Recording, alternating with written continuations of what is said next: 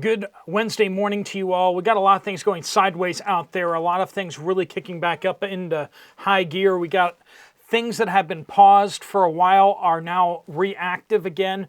And these are things that can really destabilize large sections of the world.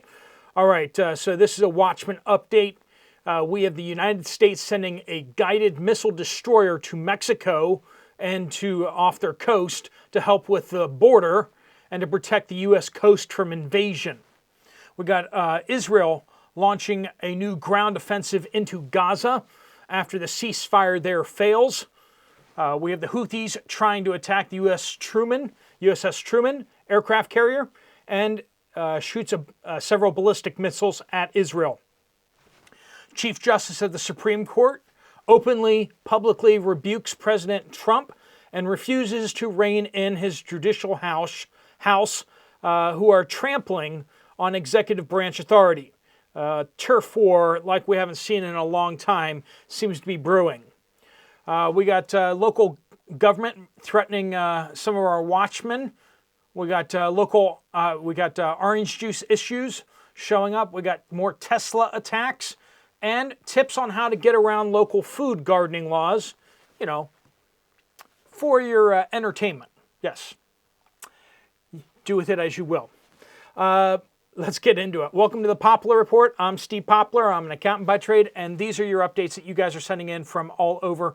Make sure you use the word update to get the comment to the right place if you want to share that something with the group. Thank you so much for all participating in that. We got Genesis Gold Group still helping us make these things possible. They're a big sponsor and big supporter of this channel. With the way YouTube makes it not so friendly to folks like us to meet here on this platform, I've been seeing that a lot of channels in our sphere of influence seem to be seeing a decline in views on their recent videos too. It just seems like a seasonal thing. YouTube is going after preppers again. I don't know. It just is what it is. But Genesis Gold makes that possible that we can kind of stay the course, and that's one thing I really appreciate about them. So if you appreciate that too, and you want to work with someone who is dedicated to what we're dedicated with, and you want to see what you can do with your retirement account, Jonathan and his team would love to talk with you. They're great folks over there, and they will make sure it's a good fit for you before moving forward. There'll be a link at the end of the video for you to find out more.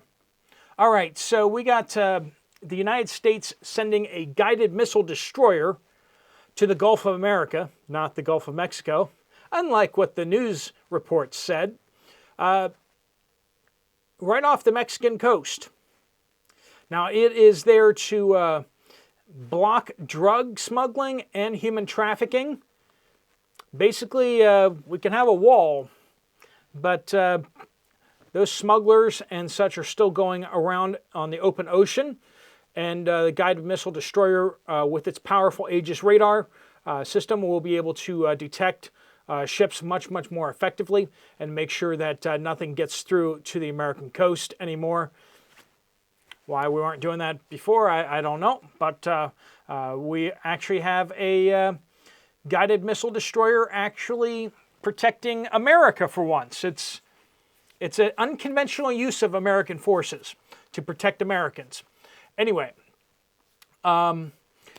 Israel's ground troops have re-entered Gaza after the ceasefire there failed. They're still hostages, and they are back again targeting Hamas terrorists and missile sites and searching for hostages still being held by the Hamas network.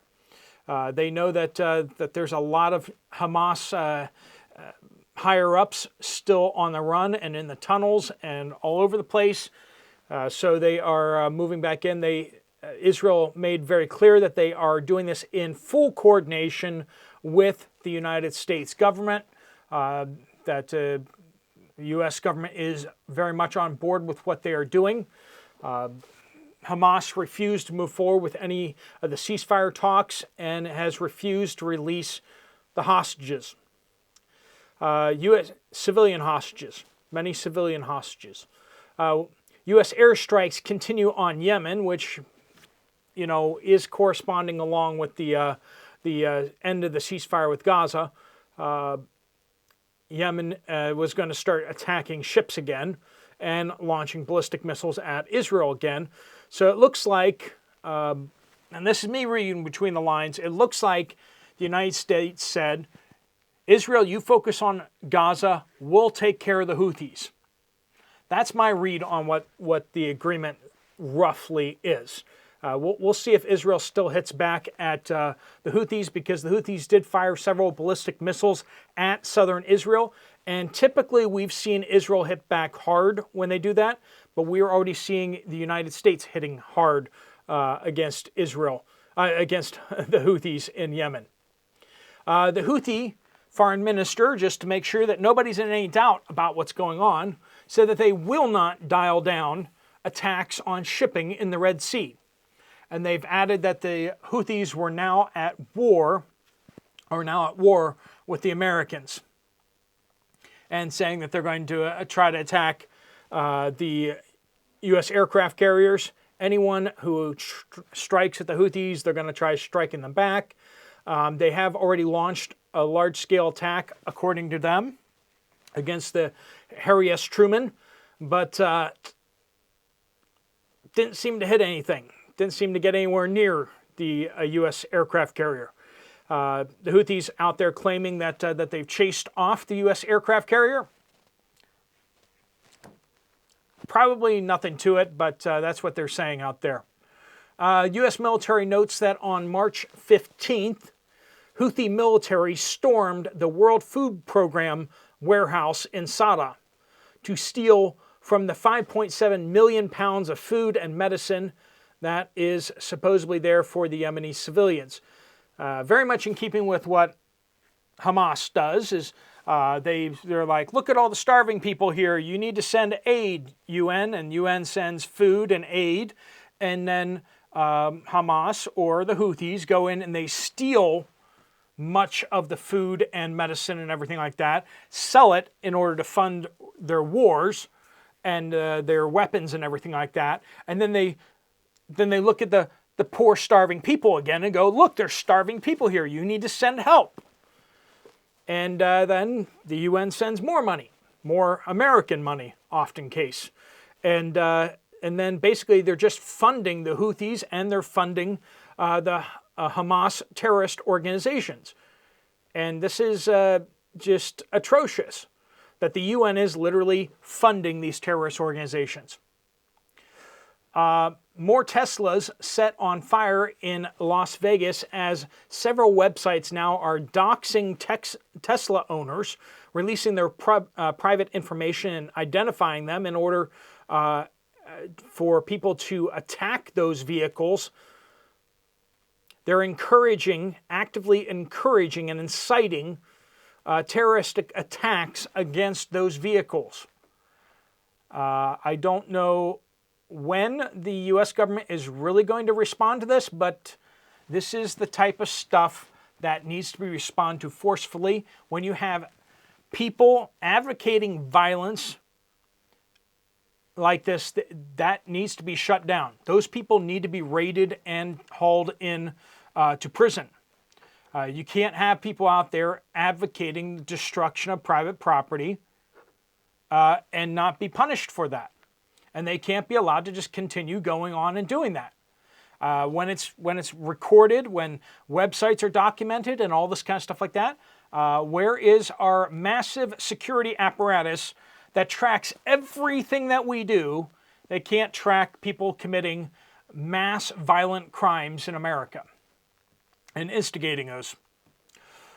In other news, 3.2 million dead Americans are finally been removed from the Social Security database because they were over 120 years old, which no living American is, at least not until the end of this year. Sarah, we're looking at you and we're rooting for you, okay? That's Sarah is the oldest living American, and she is still 119 until later this year, like I said. So everyone above 120 and above should absolutely be removed from the Social Security database. Now, 3.2 million just got removed in the last several weeks, but 8.9 million are still there.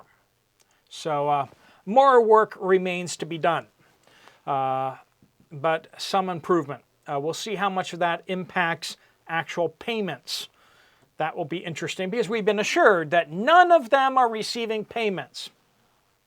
Well, I don't doubt that none of them are receiving payments, but is someone else receiving those payments? Yeah? Trump has called for the impeachment of the U.S. judge who ordered the flights full of Tren de Aragua that were heading to El Salvador, ordered them turned around mid-air and brought back to the United States. Those terrorists, those convicted felons, most cases, who are not U.S. citizens, who have no legal right to be in the United States, need to come back to the United States. That's what the judge said. Now, the judge who oversaw the FISA case, the FISA warrants on wiretapping the Trump campaign during the campaign, a totally unbiased judge there, literally just spamming. That's what these liberal justices are doing. They're just literally spamming everything that the Trump administration does. They're just challenging it and freezing it and freezing it and freezing it, knowing that it's going to be overturned in appeals. But they're just doing it just to delay, slow down, and to just harass the Trump administration. So President Trump said he needs to be impeached because this is not a legitimate case. This has no legitimate grounding whatsoever. He has no authority to do this. So the Chief Justice Roberts of the Supreme Court rebuked President Trump, saying impeachment is not the appropriate response to disagreeing with a judge's ruling, saying that is what the appeals process is for. And like I said, the problem here is that we have so many low-level activist judges, district judges. There are 670 activist judges, and each one of them apparently can get out a little scrap of paper and they can write, the president must stop doing this. And apparently everything has to stop until it finally gets heard eventually by an appeals court months and months later. Because what happens is they can do this, until we actually hear this case, we're going to stop you from doing any of these actions. And then they can just delay the hearing and stall the hearing in order to freeze that action. And it can't go up to the appeals court very easily until the hearing happens and then the judge actually makes a ruling or something like that. The system is broken.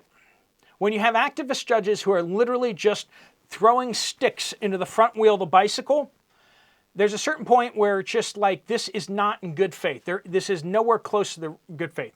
Here's an example. A federal judge ruled that the USAID dismantling didn't violate this Constitution, likely violated the U.S. Constitution. So he has blocked Elon Musk's Doge from further cuts to USAID. And by Musk and his Doge, what he's really saying, the judge is saying, is the President of the United States cannot fire a single person from a department of the United States government until this judge decides differently. So U.S. District Judge Theodore Chuang in Maryland said so. And so therefore, the President of the United States must salute and do whatever this judge says. There are 670 judges, 179 appeals court judges above them, and they all rule over the President of the United States, apparently. This is not going to end well. At some point, what's going to happen here, and this is clear as day, President Trump is going to have enough of this, and he's going to declare war on the judicial branch. Because that's what's going to happen here. Because the judicial branch is out of control. And while the Supreme Court's tried to rule him in a little bit, hasn't done a good job at it. Daniel says 0 eggs at Winn-Dixie, Royal Palm Beach, Florida. Terry, southeastern rural Indiana. Aldi has been out of milk completely for over a week now because there was a delay in shipment. That is weird. I prefer the Aldi milk because it seems to last longer than Kroger, and especially the Walmart milk. Let me know if you guys think that the Aldi milk lasts longer than Kroger and Walmart as well, or other brands. Is that a thing? I don't really drink fresh milk very much. McGruff says, here in New Jersey, the water company has been hounding me to come in and check my pipes. They said if I don't let them in to inspect them, they will dig up my front lawn and check them on their own. They said it is a state mandate that all pipes need to be checked because they want to pump more chemicals in. Rhonda says, well, we finally joined the $8 and $9 club here in rural southeast Michigan. At the local mom and pop grocery store, there was only one brand of eggs, and they were only available in the large size for $8.19. At the larger chain store, they had 2 brands. Yay. The large eggs were $8.19 as well, and the jumbo eggs, $8.99. A Watchmen. I live in northern Maine. Last week, our local Walmart had shelves fully stocked with sugar. I went 4 days later, and it was completely empty. On another subject, U.S. Postal Service, I sent a gift box to my grandchild with a few items and a book that I wrote a little note in and said, I love you. The box made it to the town I was supposed to be at, Then it got sent back to me saying it was undeliverable. When I got the box back, it was smashed, torn open, retaped, and then there was a sticky note from an employee, I'm guessing inside. I'm guessing it's an employee, they're saying, because the sticky note said, I love you too. So someone went through the box, read the message to my grandchild, complained, and then wrote this stupid note and sent it back. I complained to the post office and may as well have been talking to a fence post. Customer service, I mean, they can't do anything. And, yeah, should have sent it FedEx or UPS. Larry says, Aldi's in south central Michigan, still no regular or pulp-free orange juice in Michigan. Sandra says, in my area in northeast Pennsylvania, food banks are empty. Very little, just wilted lettuce, and church food banks, just nothing. A lot of people struggling out there, and food banks are getting wiped out. We're hearing that all over the place. Cherry says, my friend who works at a large hatchery in Michigan, they are sold out of chicks until July. They supply a lot of farm stores. I find out delivery days and good luck. Facebook has many groups that share chicken information and birds and where to buy and sell them. So if you're allowed to do that these days, I don't know. Facebook may still not be letting you do that.